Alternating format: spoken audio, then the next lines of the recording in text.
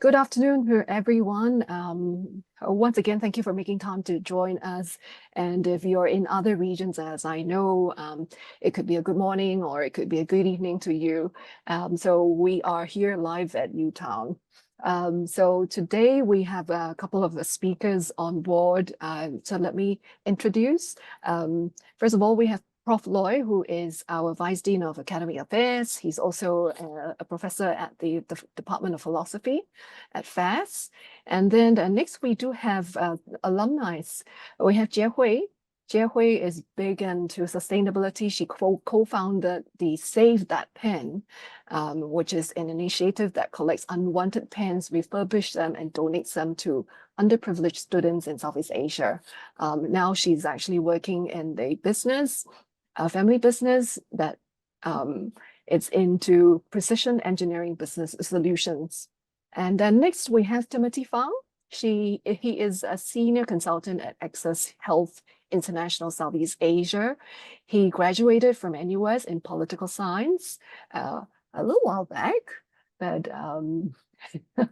yes, but we shan't tell you when he graduated. Okay, we'll keep it there. And of course, on the screen, you see two other students, Diksha, year 2 business admin, and with a minor in communications. And she was also the chairperson for ASEAN Undergrad Symposium 2023 with multiple interest groups, interests like MMA. So don't fool around with her, okay, when you see her next Saturday at our open house. And then Kyo is the interesting one. She has lived in 4 different countries: South Korea, Canada, Poland. Yes, she came from Poland before she came here to Singapore. And she is into dancing, distance running, and football. So mind you, not to run with her. So beware if you really have to chase her. All right, so we're going to start today's session with Prof. Loy. Prof. Loy will be moderating some of the questions. And you see that questions feature at the bottom of your screen. Do send the questions to us and we'll try to address them. So now it's over to you, Prof. Loy. Hey, thanks so much, Winnie. Good to see everyone here. So I'm just waiting for Winnie to start the screen share. Yeah. So I'm going to be really quite brief about this because I want to go and have the panelists say more things because in a way they are the more interesting people. So what is NUS College? We are the honors college serving the whole of NUS. And what that means is that we take maybe about 6 to 7% of each year's undergraduate cohort and bring them together for an interdisciplinary experience. And there are different dimensions of this experience that we'll talk about in a bit, right? And we are compatible with almost all of the majors that are currently available in NUS. Thanks, Winnie. Yeah. So in fact, it says that over 50 majors. That is pretty much almost all of the majors that are currently available in NUS. Yeah, thanks, Winnie. Next slide. Yeah, so whether is it in the humanities and sciences, whether it's in design, engineering, computing, business, law, and most recently we also added music.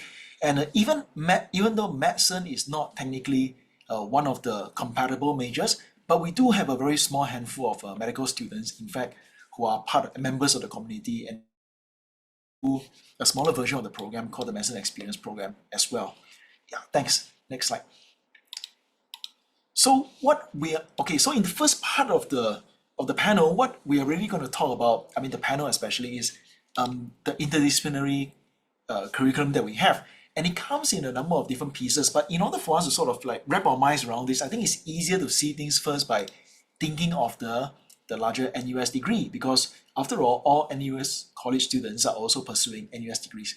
Thanks, Winnie. So if you think about the basic picture of what an NUS degree will look like, it typically consists of the following 3 parts.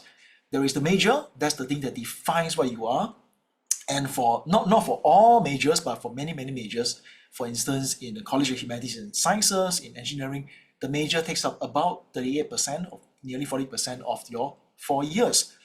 And then there are these courses called the Faculty and University General Education and Common Curriculum courses. And today, in today's environment, they tend to take up about 1/3 of the overall course time that you'll be doing in the 4 years, right? And these are not just general classes, they are often foundational classes that make sure that all our students have the requisite skills they need to complete not just their major but also just be a educated person. And then finally, we have the remaining one third, which is the unrestricted electives, and this is where students will take classes of their own choice, or they can park a minor or second major, and so on and so forth.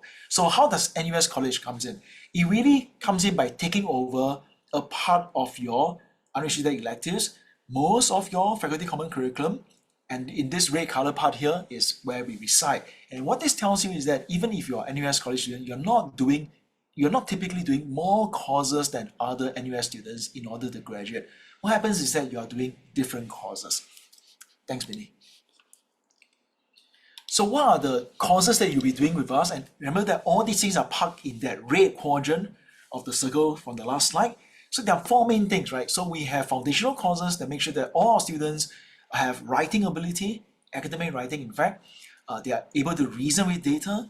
They have basic understanding of how to conduct social inquiry, right? And then they all have to have computational problem solving as well. Yes, all NUS College students have to learn to code to some degree, including even the literature students.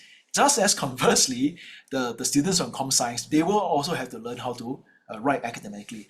Now, then on the right part, you have 6 courses, interdisciplinary electives, we call them making connections. And they come from a very large basket of courses that we have been creating over the years. These are all interdisciplinary courses, and they're all topical. They are sorted into slightly more humanity and social science type courses, and there are those that are slightly more science type courses, and we expect our students to do across both domains as well, right? So you have your pick of all these electives, and then finally you have, and then on the bottom left, you have these things called the global orientation courses. There are 3 of them: global narratives, global social thought, and science and society. And this is where, again, we lay that foundation to make sure that our students are globally minded in their ability to deal with qualitative sources, literature, words, in their ability to think in terms of the big ideas that make up modern society, and of course, and in their understanding about how science and society interact with each other. And then finally, on the bottom right, you have the Impact Experience Project. This is a team-based project that we expect all our students to do. All of them will be forming groups of 6 to 7, 5 to 6, depending, and working on providing real-world solutions to issues in the world by working with real-life communities and partners and industries and groups of people out there outside the university. And the students, yes, we kind of expect them to come up with interesting ideas and solutions, but of course they're working under the supervision of supervisors and faculty members who have connections to all these different industries and domains and communities as well. Okay. I think that is okay. So before I continue further to talk more about experiential learning, I want to sort of take a step back and invite both our alumni and also our current students to say a bit about their experience in both the classes they have been taking here, right? Things that are memorable, but also especially highlighting the interdisciplinary dimension of their experience. Maybe I can start by arrowing one of the alumni first. Let me arrow Timothy. You graduated a little while back, when the name of this college is not even the same that we used. I think you graduated from the scholars program, right? So that was the predecessor. You must have done some of the courses that are in fact related. We were just talking about writing, and you wanted to talk about it. Timothy, tell us, what do you remember most about your classes back in the day? Yeah, thanks. Thanks, Prof. Loy. I think, yeah, you were absolutely right that the incarnation of NUS College wasn't even around then. It was called the University Scholars Program that Jie Hui and I attended. And I think one of the courses that stands out to me was really the writing and critical thinking one, which I think right now is under the critical competencies bit. But I think why I found that so interesting was because, firstly, it brought together a lot of my peers in the same year. We were all in year 1. We were all from different majors, and it was a small class. So it was just 10 of us, together with the professor, teaching us, I think, how to not just write, but think critically. And I think one of those takeaways, and I have probably 2 takeaways from that experience. The first is that it taught me how to, I think, answer the so what question, right? So what meaning, how is my work relevant or useful to people reading it? Why should people care about what I'm writing? And most importantly, how am I bringing out my point, to those who are reading it? So that I feel is very relevant. I think in my career, although of course, admittedly, my career has been a bit more leaning a bit more towards writing, because I joined the Singapore Ministry of Foreign Affairs after graduation. Right now, in global health as well, there's a lot of writing involved in my job. But I think that lesson I've taken away in terms of how to, answer the so what question. The second point I think that I really kind of took away was that first experience with interdisciplinarity, or being able to work together across different disciplines. And I think now it's kind of a fancy buzzword that a lot of people throw around. But really, I think when you're situated in that classroom, that's the first experience you get. And for me, it was really interacting with people from my classmates from computing, from life sciences, from economics, and myself from political science. Having that kind of exposure, and you start to see, okay, this is actually what they think about certain issues, right? This is their perspective on a particular topic. And you may not necessarily agree, there may be differences in opinion, and so on, which is normal in that setting. But I think it really taught me to say, hey, okay, let me appreciate that other perspective that I may not have thought about. And I think that is also kind of continued in my work. Early on in my career at the Ministry of Foreign Affairs, I worked a lot on our Arctic Council policy, because Singapore is an observer in the Arctic Council. So there was a lot of work to do with Arctic science, with sustainable development, with health issues that affect communities and so on. Completely kind of alien from my political science training, but I felt that helped me because I already had that exposure that USP and NUS College gave me. Sorry, I think I spoke for too long, but that was Oh, that was fantastic. Yeah, we call it writing and critical thinking, right? So, but the current NUSC version of it, thinking and writing, is very much drew on that heritage very, very strongly. It's just as hard hitting today as it was in your time. Who was your WCT instructor? It was Dr. Yu Kong Leong. Oh, Yeah, he's still around. yeah, He's running this yeah, yeah. right now. Yeah. Okay. Let's move on to a current student, Diksha. I have a feeling you're going to be sharing about other classes because I think I saw one of your writes. What about you? Your experiences in the classroom in NUSC?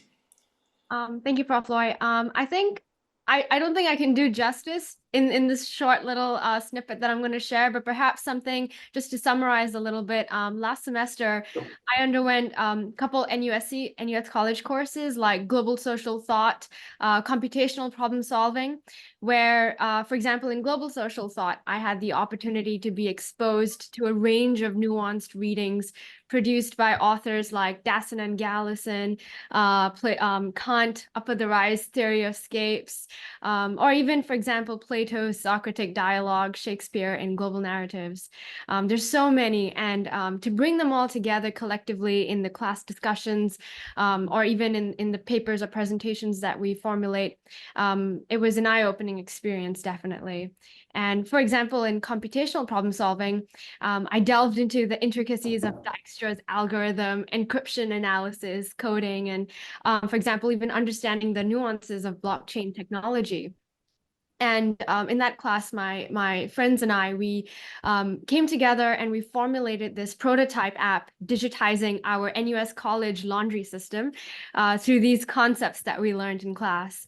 And I think when us as ambassadors, we go out to different schools and interact with prospective students and parents, one big question that gets raised is, how does this link back to our degree-bearing faculty? For example, I'm in business or communications, and I realize, and I think about it and I reflect, and I realize that all of this knowledge that I'm gaining in my NUS College courses and classes, they in a way organically interconnect in this manner that I don't even realize until I'm actually doing something or I'm talking to my classmates outside or other professors.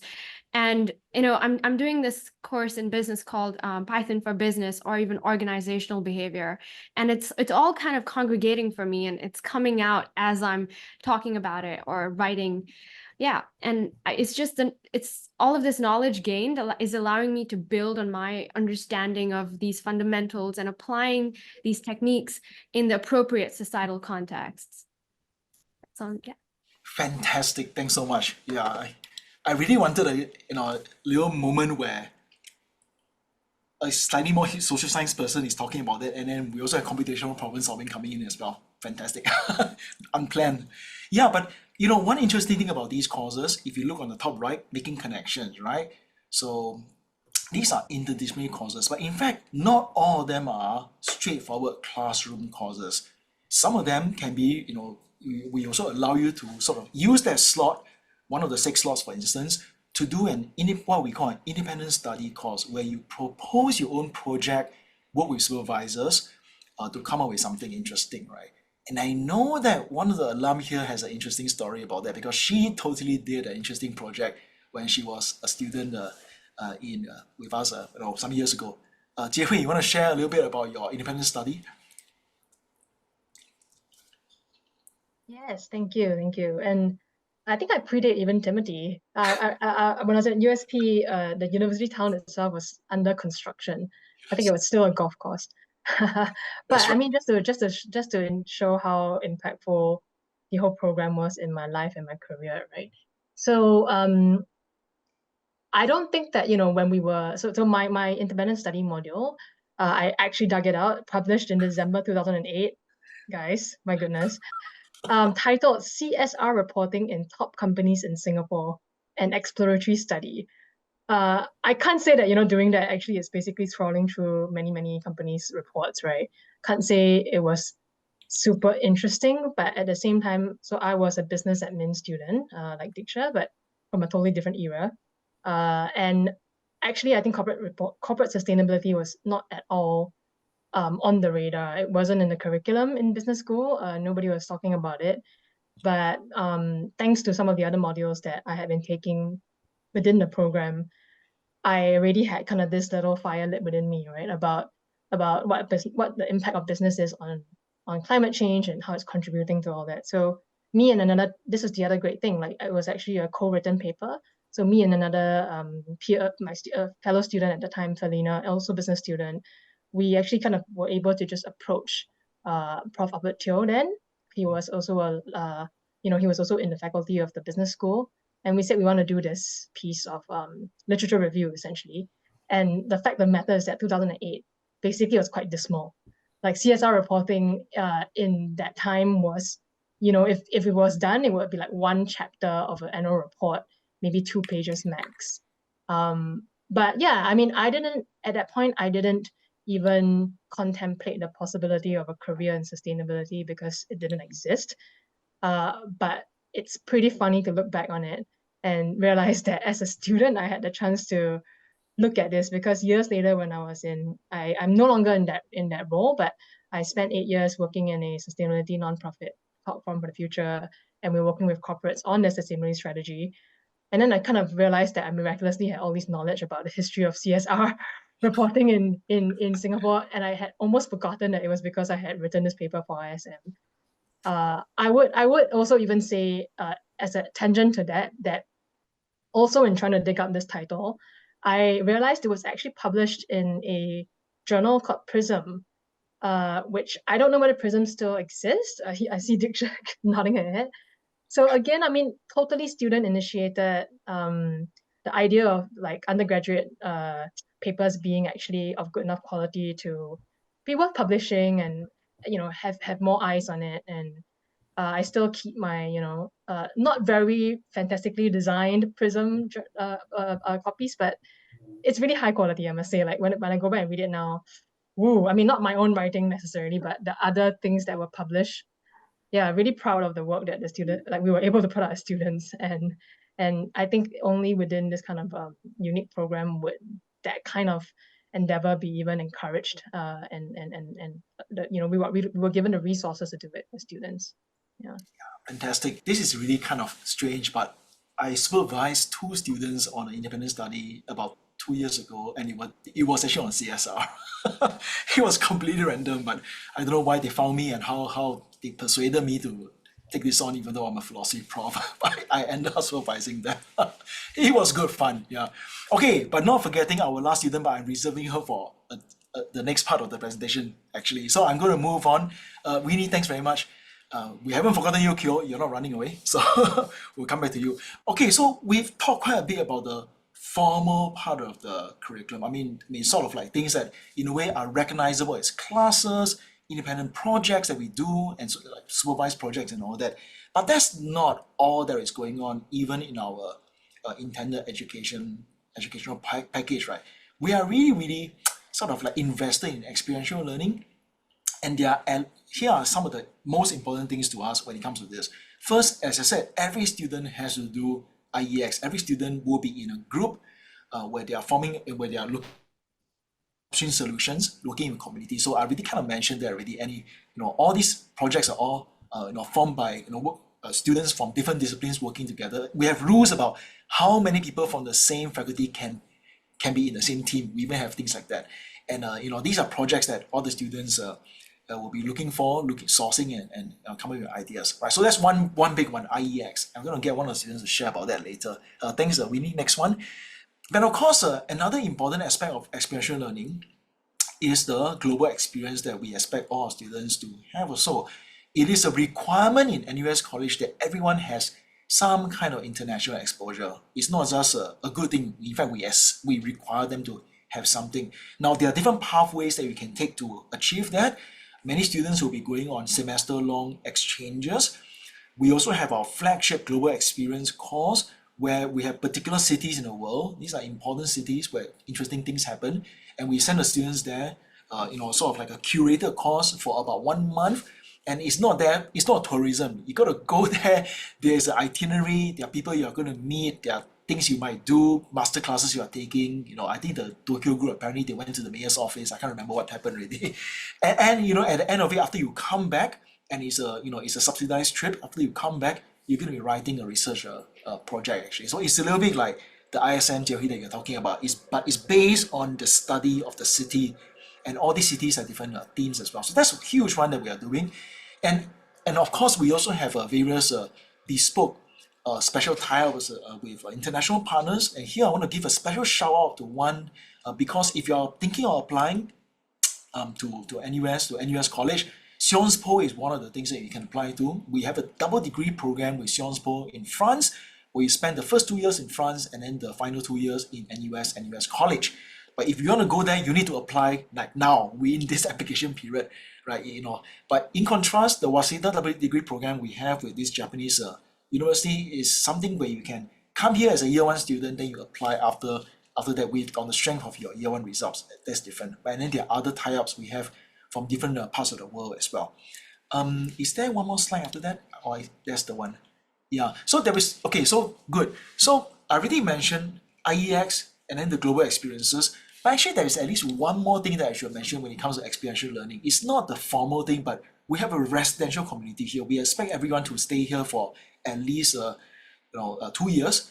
Definitely the first 2 semesters, but also any 2 semesters of your choice. You are essentially guaranteed to be able to stay for the first 3 years, if that's what you want. And for the 4th year, subject to availability, but there are a lot of students who are able to stay for the 4th year as well. And of course, if you are international student without a local address, we will prioritize you to make sure that you have housing, right? So a lot of learning takes place just because people are living here together as well, right? Through their special projects, through their own ground initiatives, and all the student life initiatives that they are taking part in. Okay, now I'm going to arrow a different person.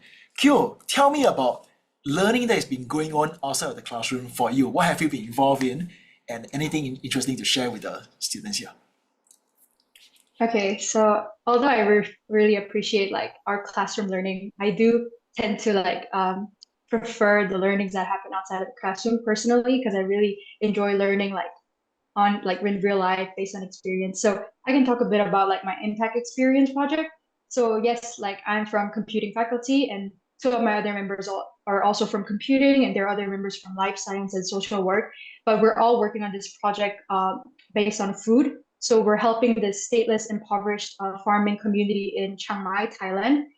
They used to just produce like chemical corn farming, but we want to help them transfer to organic banana farming and help them, instead of just selling raw bananas that can't be sold at a higher price. We want to help them produce like secondary banana chips or solar dried banana, help them with the marketing, packaging, branding, designing, and everything, so that they could sell them at a higher price and preferably earn higher profits. So that's the kind of project like I'm working on, which I find very interesting. I would say like I did not have any like knowledge about food system, food production, or even interest related to food. But right now, like after joining the Impact Experience project, as well as taking like a recce trip before this project with my supervisor, Professor Peter Bale.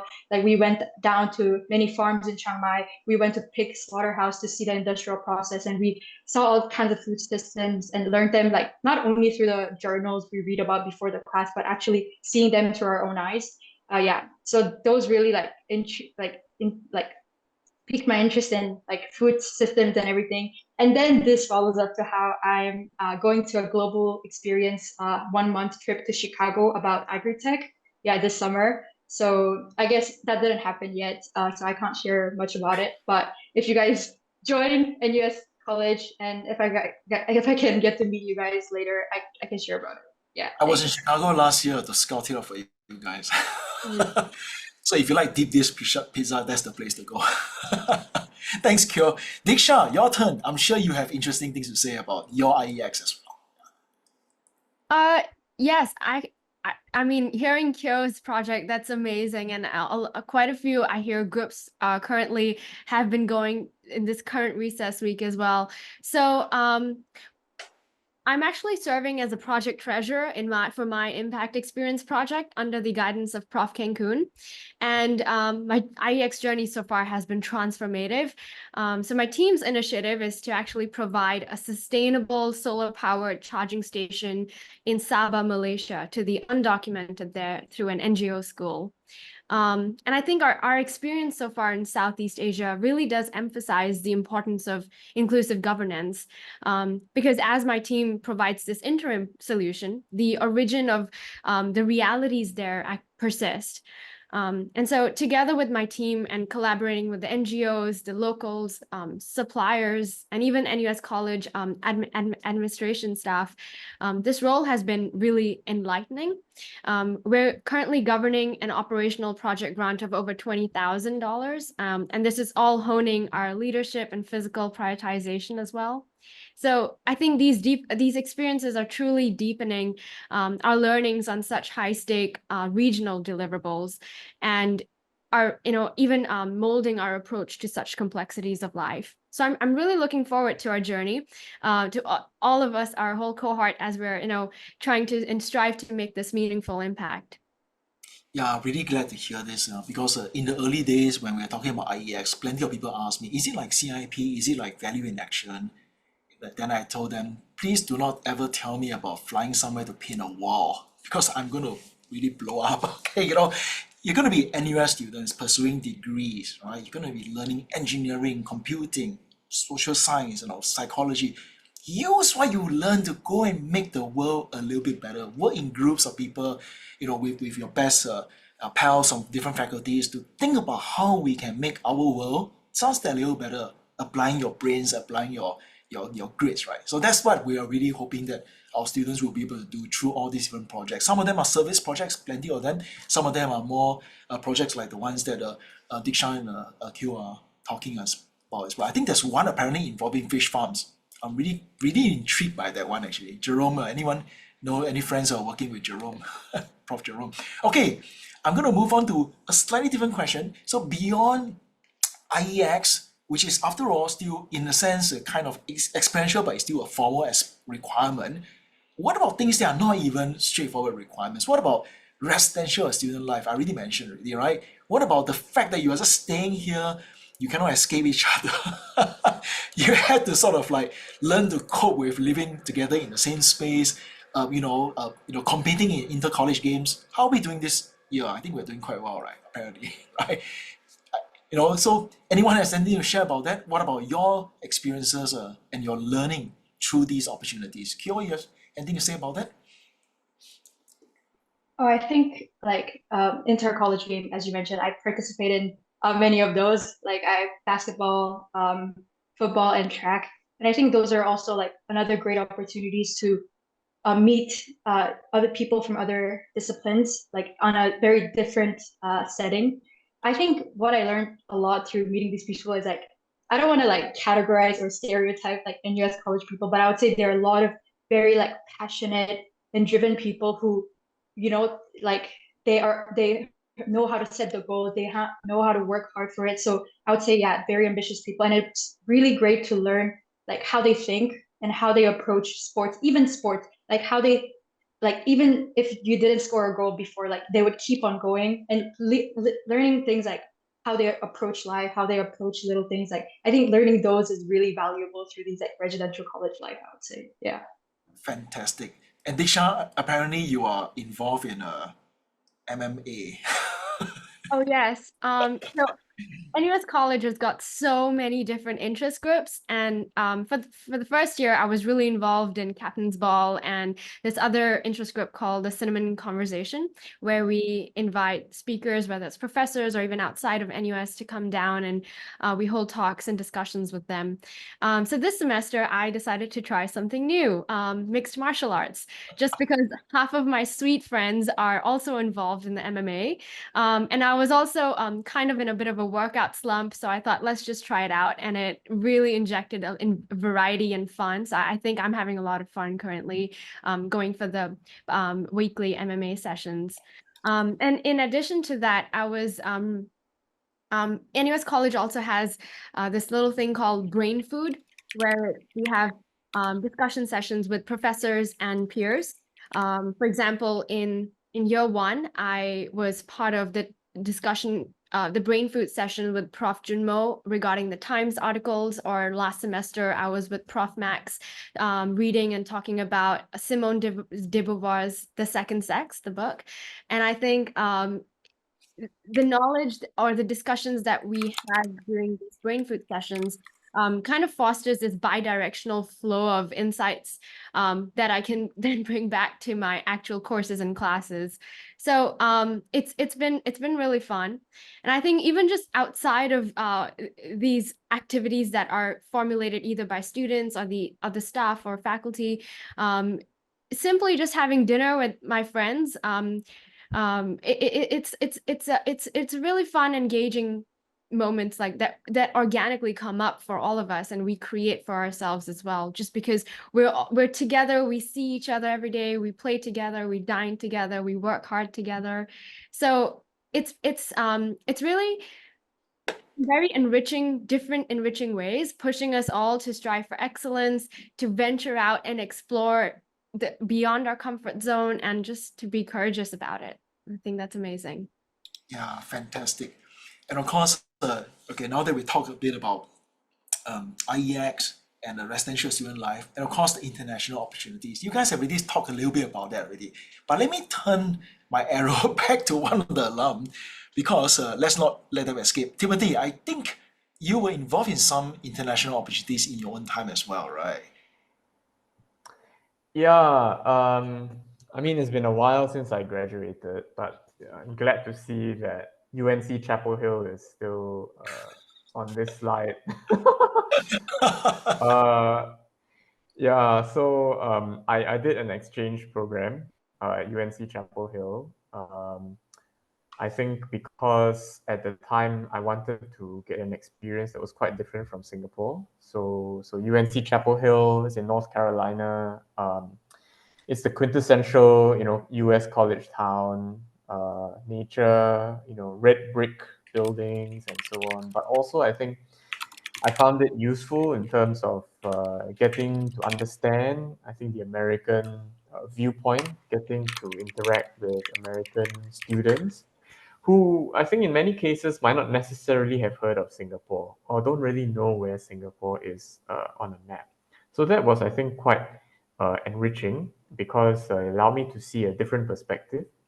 It also, I think, gave me the experience of appreciating, their worldview a bit more. And so, that was, I think, one of the more, and also I think that was the first time I was really living abroad for an extended period. So it was a good experience. I would recommend it. Yeah, fantastic. So what Timothy was talking about was in fact a semester-long exchange, right, with UNC, right, and many of our students do that kind of stuff. In fact, it's very common nowadays. However, we also have things that are in a slightly smaller package, maybe not always so formal. And I believe Jie Hui, you were involved in the Buddhism in Asia thing that we used to have. Now we don't quite have that today right now, but things of this nature, in fact, we're always looking to create. You want to say a bit about how your experience was? Yeah, I mean, I think the language was different. I don't think it was called an impact experience program, but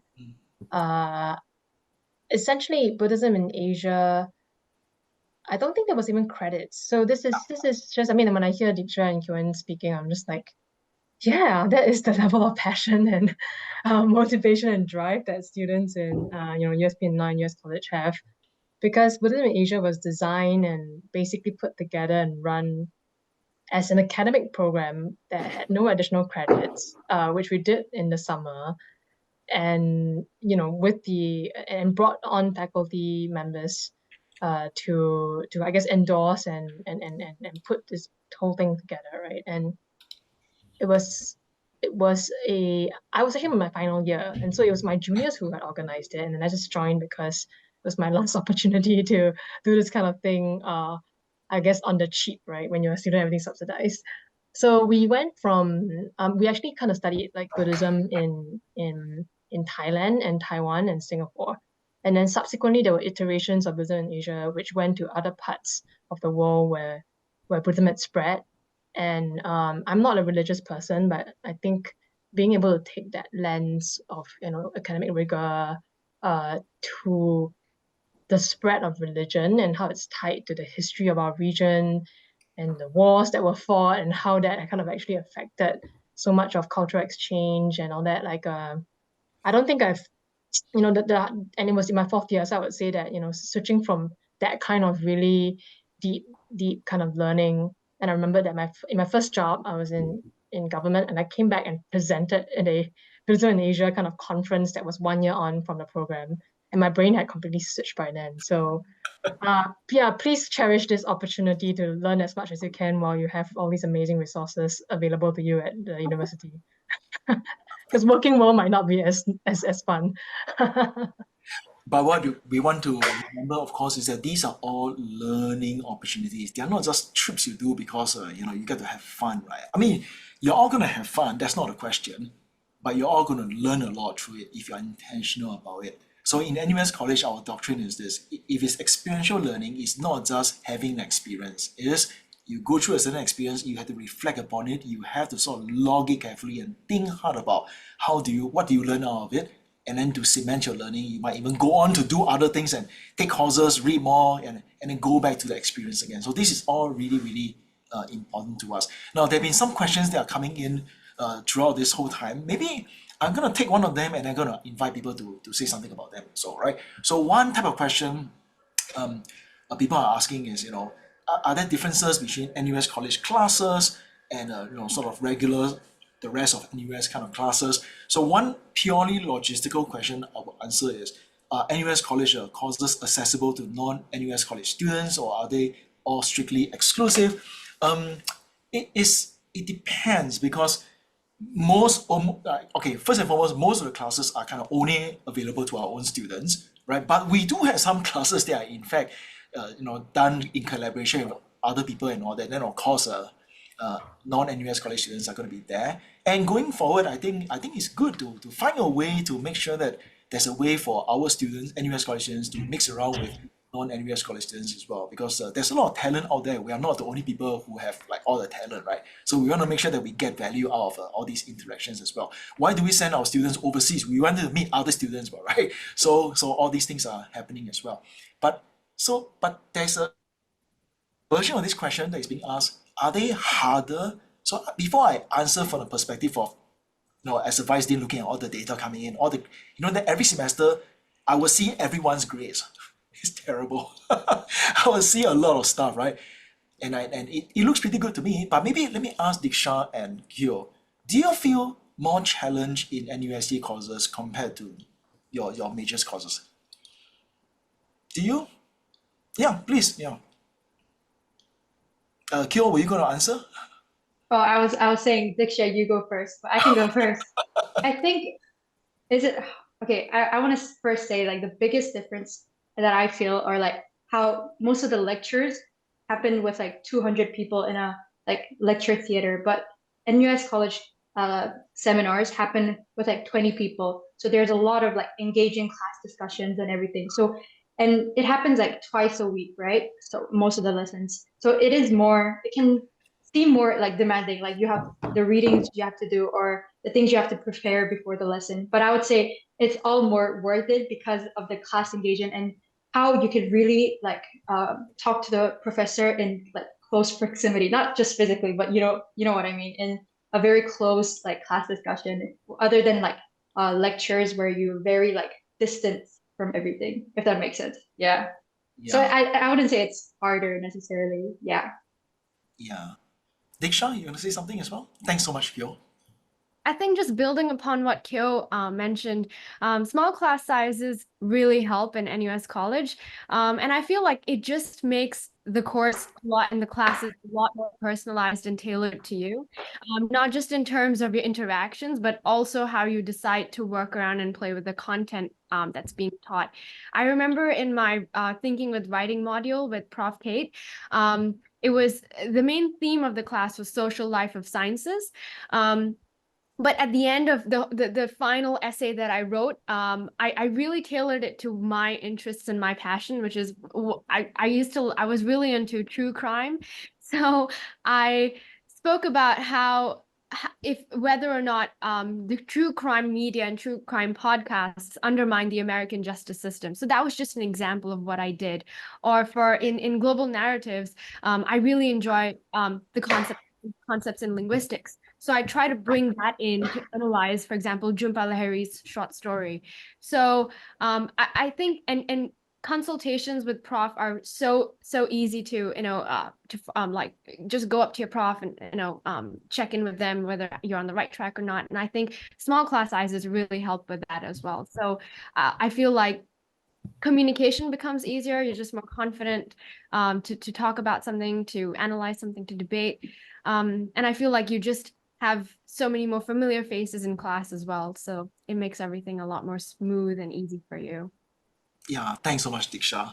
I'm going to say that here are roughly 3 reasons why typically, I'm sure there's a kind of spread about this as well. It's not always like the same for everyone, but typically NUS College classes often feel harder.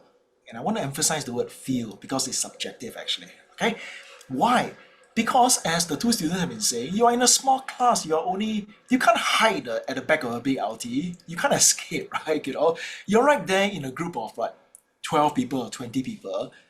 So there you have it. You will feel more engaged whether you like it or not. And we are meeting twice a week in such a small group.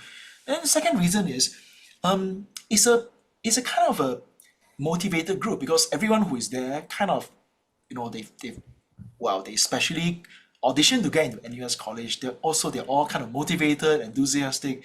So why would you not feel a little bit more pressured? I mean, that's normal human behavior, right? So you feel, wow, Diksha is so impressive. Everything she say, of course you feel like, oh, okay. So that's the second reason. And the third reason is because of the way we structured the curriculum, we expect everyone to not just stay inside their own lane. We don't want the computer science students only to do computer science. They still need to do, a little bit of a kind of literature or humanities related things. And we want our literature students to actually learn how to code. So of course there will be some classes where you're going to feel as if you are being challenged because you are learning something that you are not as familiar with. It's not for your own major, right? So 3 reasons why you will feel more challenged. There's no escaping that. So if you want that challenge, this is a great place to be because there's a lot of payoff from that challenge, right? Because you really do get to learn a lot more by being in this kind of environment meeting with these kinds of peers. Whether it's worth it, that's something that you have to decide for yourself. I can't decide for you, right? One day we will have to ask Kyo and Diksha, was it worth it, right? To feel a bit more challenged, right? Was it worth it, Kyo, Diksha? Right. So I want to go back to my role as a vice dean. Every semester I see all the grades coming in. The fact of the matter is that objectively, the students do really well. Okay, when I meet them in the middle of the semester, they all tell me that, well, yeah, it's very challenging, but at the end of the class, actually they do really, really well. Don't worry, we look after our students. Okay. I think that there are a bunch of other questions coming in. So let me answer the more logistical one. Since some unrestricted electives will be replaced by NUSC courses, do NUSC students need to take extra courses in order to meet the requirement of a second major? So do they need to do a little bit more than the 40 courses?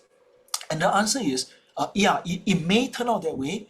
So a lot will depend on how you arrange things and whether or not your first major and second major has a kind of overlap, which saves you on certain kind, you get certain kind of double counting. But in life, in NUS, or modern NUS, it's like that. The opportunities are endless. The kinds of things you have access to today compared to when I was a student here back in the 20th century is, it's mind-boggling. It's just, there are so many things you can do. You've got to make some choices because you cannot possibly complete all of them. Make some choices and you may discover that, okay, in order for me to do this and this and this, I may have to overload by a little bit. Instead of doing 40 courses, I may end up doing 42 courses, 44 courses. Well, it's a choice that you have to make. Okay? And Kyo and Diksha, are either of you doing more than the required 40?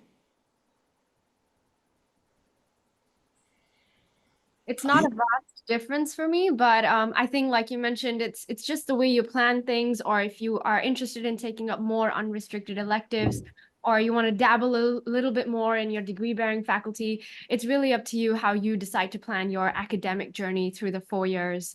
So I think for me, it's just that I took up certain courses here and there, and I think it's just as a cumulative thing, adds on. But I feel in the grand scheme of things, it does pay off, and it doesn't feel like, oh, it just went to waste or anything. But I also meet a lot of students who try to do too many things. And I had to remind them, hey, remember to eat, sleep, drink, make friends, drink water, make friends. Don't forget it. It's not about, chalking out all the possible things that NUS can offer today, because there are way too many things that NUS is offering today. Okay. So there was also a question about whether, in the same spirit, whether the law curriculum will work. Yeah, you can finish law plus NUS College within the 40 courses. Yeah, we have already arranged it. It's all been fitted in very nicely. In fact, we have quite a few law students around. If you do a sort of like a pie chart of, you do a chart of what's the proportion of NUS students who are law students, and then you ask yourself what's the proportion of NUS college students who are law students, you'll find that the law students are very slightly overrepresented actually, which is very interesting. Okay, so yes, it is compatible. While NUS C students are close-knit, are there many opportunities to interact with students outside of NUS College? Will your social circle become smaller if you belong to the program? Actually, I can involve all four of you to answer. They belonging to USP, for instance, make you have less friends in NUS, right? Who wants to start first? Quick ones, come. Who wants to start? Timothy, you want to say something? Yeah. I actually think you might have too many friends because you live in the same place with 600 other people. Yeah, 599. Yeah. Yeah. Yeah. So, okay, but of course the worry is, what if, all 599 are from this college? Am I closing off the options for me? What about, I think the general answer, as far as I can observe, is the answer is no, because I know you, Timothy, you still have plenty of friends back in FASS, who are not from the program, right? And I'm sure that Diksha and Kyo will have similar things to say as well, and Jie Hui as well. Anyone wants to say more about all your other friends that you meet all around NUS who are not from NUS College? I would say that being in NUS College, yes, it gives you opportunity to get closer to the people who live with you, but it doesn't mean like you can't like go outside to make new friends or join other NUS scale like committees. So actually, I'm part of like NUS Sports Club, like one of the projects at Sun NUS, which is a beach day event. And I'm in an organizing committee as a vice project director. And that's where I meet a bunch of people who's also interested in sports like me. And I get along with them very well as well. So I don't think being in NUS College in any way like stops you from having friends outside of NUS College. Yeah. Yeah. In fact, our students are quite active. If they're Yeah, I just think interested in job. fair. I mean, I didn't have the like college experience. We did live in a different residence. Um, I mean, business school itself is also extremely active, and I think I benefited from the administration and faculty kind of very strong engagement of the student base for both the scholars program back then and as well as NUS Business School. I will say that actually, honestly, the people who graduate from USP and my peers today, from whichever field or whatever degree they did back in the day, are just doing extremely interesting things with their lives and their careers. And those are the people I really make the effort to keep in touch with post graduation. But I don't think that I was disengaged from business school. The cadence is different, so I think this is still true even to today. That for biz ed, it's very front loaded. Like the first 2 years are like very packed with foundational modules. You have to cover everything, and then actually year 3 and 4 tapers off because not all business students want to bother with writing an honest thesis. I think that remains the case. And so it's kind of less intense. It's a lot more like just project-based work. And whereas I know that my the people within the like say science or engineering or your final honors is a big deal. It's like the lab work is very intense. So it's just that there was really you still kind of get to be in both. And I think, but time is limited. Don't try to do everything. I think I certainly was quite exhausted as a student, and looking back, maybe shouldn't have tried to do too much. Yeah. Every other semester, I'm gonna meet one of these students who's gonna tell me things like, "Oh, Prof. Law, I'm gonna do this. I'm gonna do this." I'm saying, "Stop! Wait, that's the fifth thing you just counted. What is going on here, right?" And I asked them, "How do you manage to do this?" I said, "Oh, I sleep." I said, "No, that is not good. That is not good." Yeah, but we really do want our students. Well, we want them to form a good, close knit community because it's kind of important for them to be able to leverage the interdisciplinary aspect of our community to do all these interesting and important things we want them to do. But at the same time, we'll be very sad if somehow all their friends are only from here, right? That would be really, really strange, right? NUS is a much larger place. There are many more things that are going on out there, and we want our people to be able to make friends and allies and collaborate all across the domain, right? But at the same time, we do recognize that because they do stay here in the same residential college, many of them do form very close bonds for various obvious reasons, right? So a few years ago, I was attending a wedding.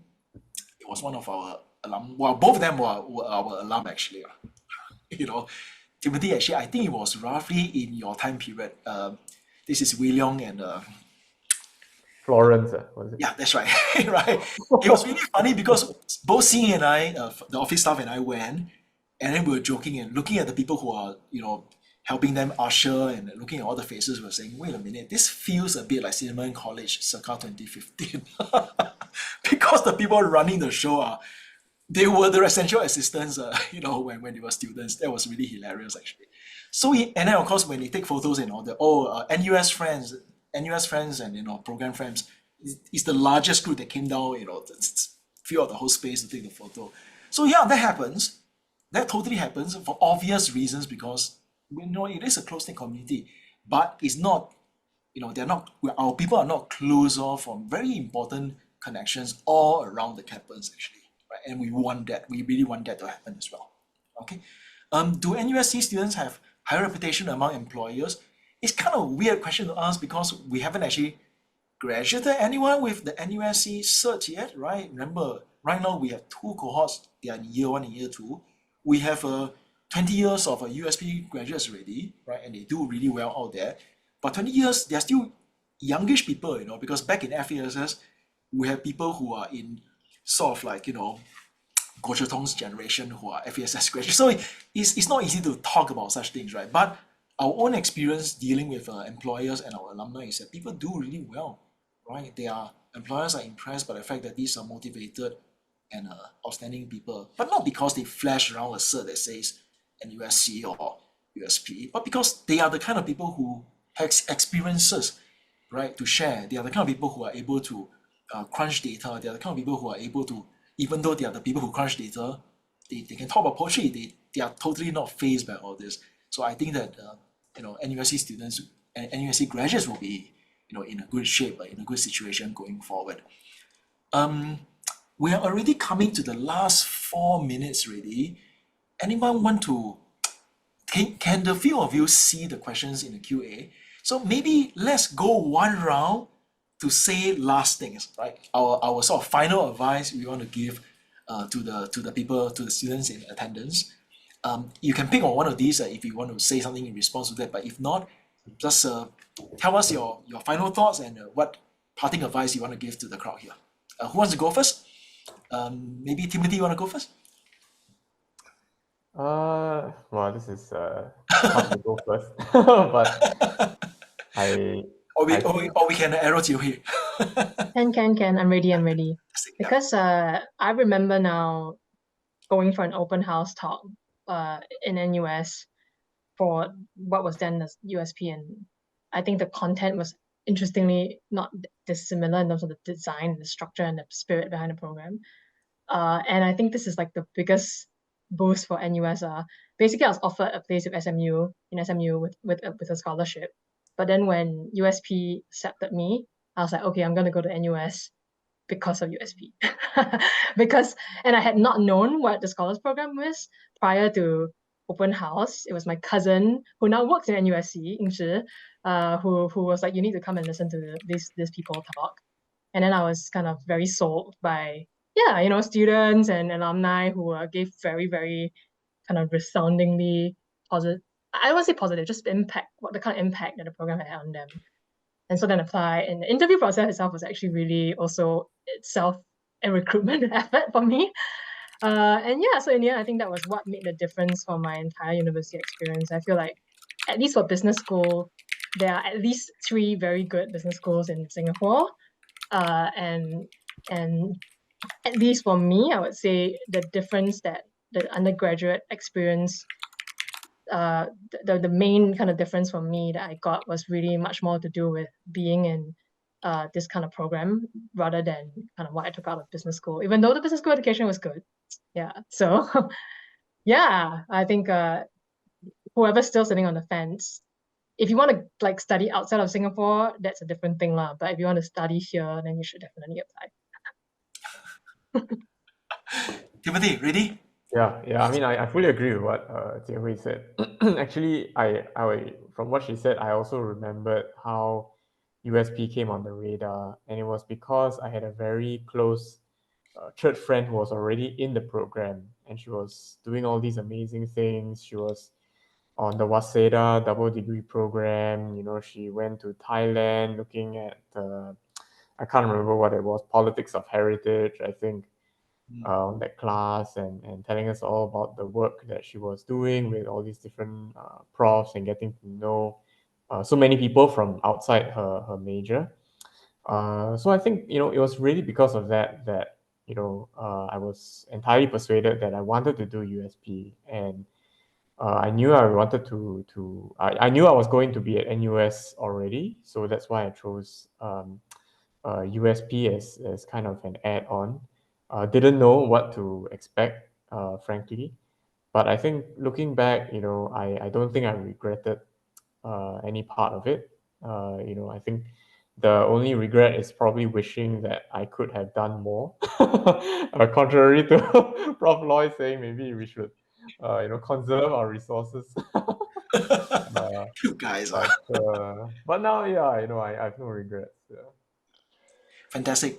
And not forgetting our students, Kyo and Diksha.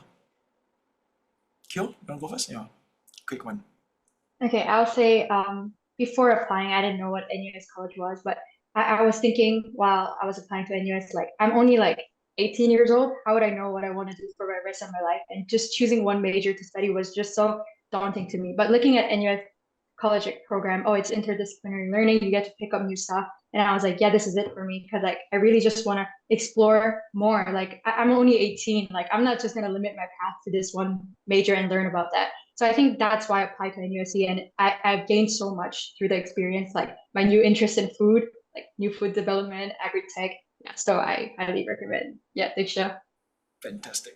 Thank you. I agree with you. And also just to add on to that, I think if it's the prospect of navigating through a really stimulating ecosystem where you're surrounded by like yet unlike-minded peers, if that excites you and instills this immense sense of curiosity and self-belief, I think NUS College is definitely the place for you. Yeah, with that, you kind of even answer one of the questions that what are we looking for? We're looking for people who we believe will thrive in this environment. We want you to be people who's going to walk out saying that, yeah, this is it's challenging. No one is going to doubt that. But I want that challenge because I do want to become that kind of person, like Prof. Roy said, who's going to use my brains and my grit to help make our world just a little bit better through my interaction with others, through my collaboration with others, and through my interventions in the world. Winnie, back to you. Yes. Thank you so much. To wrap it up for me, I would say that do look out for the admissions, the deadline, and for Sciences Po, the 2 years program in France, and then another 2 here in Singapore. You will have to apply at this point in time in year 1, whereas for Waseda, you can still think about it when you're in with us in year 1. And Waseda is a 5-year program for your information. And before I hang up, before we say goodbye, I'd just like to remind all of you that we do have the on-campus experience open house on next Saturday at 9 on the 9th of March. It will be opening about 9 o'clock. So we have a couple other talks as well as sample classes, and these are facilitated by our professors. We have these classes running from 10 a.m. all the way till 4 p.m. in the afternoon. We do have registration links on our website, so do scan that code on the screen, or go and Google NUS College events or Open House 2024. You will be able to see that. And of course, we will welcome you to meet us, to come to our home. And we will be bringing you around for our campus tour, which is available also from 10 o'clock onwards. And you will see our lovely ambassadors, and Kyo and Diksha are actually our ambassadors. We do run a student ambassador program within NUS College, and that's what the outreach team heads. So that's it. I'd like to once again say a very, very good thank you and good evening to all of you. And we hope to see you next Saturday. All right. Thank you and good night. Bye-bye.